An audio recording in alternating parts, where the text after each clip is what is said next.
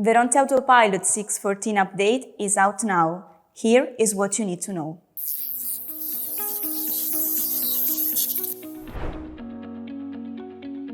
Veronte Link allows multiple data links to work simultaneously, such as SATCOM, LOS, 4G, and so on, prioritizing the information coming from the link with the lowest latency.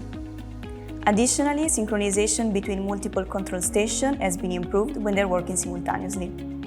From Veronte Toolbox, you can access, install, uninstall, update all available Veronte applications, all from a single application. PDA Builder has been updated with new features like the import of C++ custom code, enhanced support for external navigation, and the increase of the number of user variables up to 3,000, including non-volatile variables. Veronte Hill Simulator is compatible with the latest version of Explain. Additionally, synchronization and performance have been improved, resulting in fluency simulation.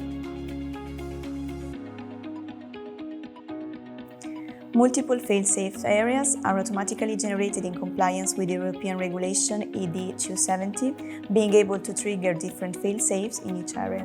Widgets have been updated to provide a better user experience. It is now possible to select the desired flight path vector in the Attitude widget. New widget to command the virtual stick or beats with buttons. You can now customize the sounds for alert widgets. Video widget has been updated, allowing to, among other functions, view real-time images from the vehicle's integrated camera.